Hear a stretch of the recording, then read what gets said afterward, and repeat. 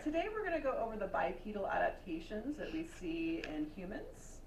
So the first structure we're going to look at is the pelvic girdle. So overall, the pelvis is going to be shorter, broad, and bowl-shaped. And the main reason it's bowl-shaped is the shape of the ilia. So the ilia, so we're looking here at the innominate or the os coxae. So the top half is the ilium, bottom half is the ischium. This part is the pubis. So the ilium, the top half, is going to be short and broad. And we have the iliac crest here. So when you put your hands on your hip, what you're feeling there is the iliac crest. So we have a short, broad ilium. If you're looking in comparison at a quadruped like a chimp, the ilia are going to flare outward towards the side. And you're looking at the overall shape of the pelvis is going to be longer and more narrow. One of the downfalls of being a biped is the pelvic inlet is much more narrow in a biped. So that's where the baby's head would need to go through. So one of the downfalls or evolutionary trade-offs of being bipedal is our birth canal became more narrow in comparison with a quadrupedal chimp. So birth is more complicated and dangerous for a biped. But the bipedal pelvis allows us to stand upright and allows us to balance and, of course, hold all of our organs here in this area. All right, next structure we're going to look at is the femur. So the femur in a biped is going to be longer and it's going to have an angle. So it's going to angle in medially towards the knee. So angling in towards the center. Maybe out here on our legs. So it angles in medially towards the knee, which will help us balance and keep our legs underneath us. The neck of the femur of a biped is also longer. The greater trochanter of a biped is larger.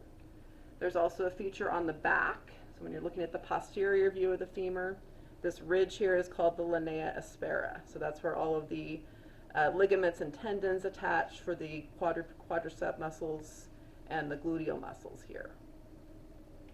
So if you're looking in comparison, the femur of a quadruped like a chimp is shorter and straighter.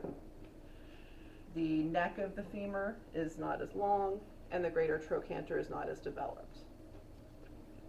And the next structure we're going to look at is the skull. So we're looking at the position of the foramen magnum. So in a biped, like a human, the foramen magnum is more anterior, so it's closer towards the front of the skull. And in a quadruped, like a chimp, the foramen magnum is more posterior towards the back of the skull. So that allows us to stand upright. The foramen magnum is where the spinal cord attaches to the skull. So since it's directly underneath, it allows for a bipedal posture. And then for a chimp, the position would be here since they're quadrupedal.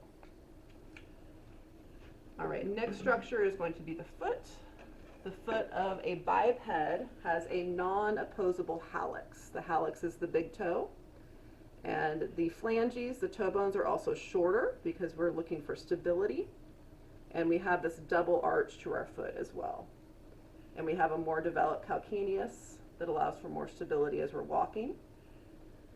And a quadruped like a chimp, less developed calcaneus, opposable hallux to allow for grasping, for arboreal locomotion, and also longer phalanges, longer toe bones, additionally to add to improved arboreal locomotion.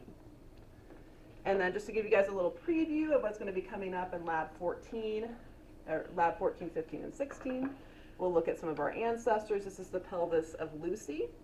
So you can see it's very mosaic. That term mosaic means mixture of archaic and more recent traits, or primitive and derived traits. So you're seeing that the ilia still have a little bit of flare to them, but are also starting to become shorter and broader and angle inwards, making that bowl shape.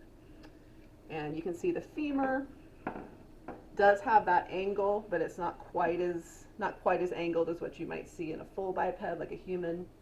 Lucy is what we can consider a habitual biped, meaning that she's bipedal when she's on the ground, but likely retains some abilities for arboreal locomotion in the trees. So she likely walked bipedally, but also brachiated in the trees to some degree.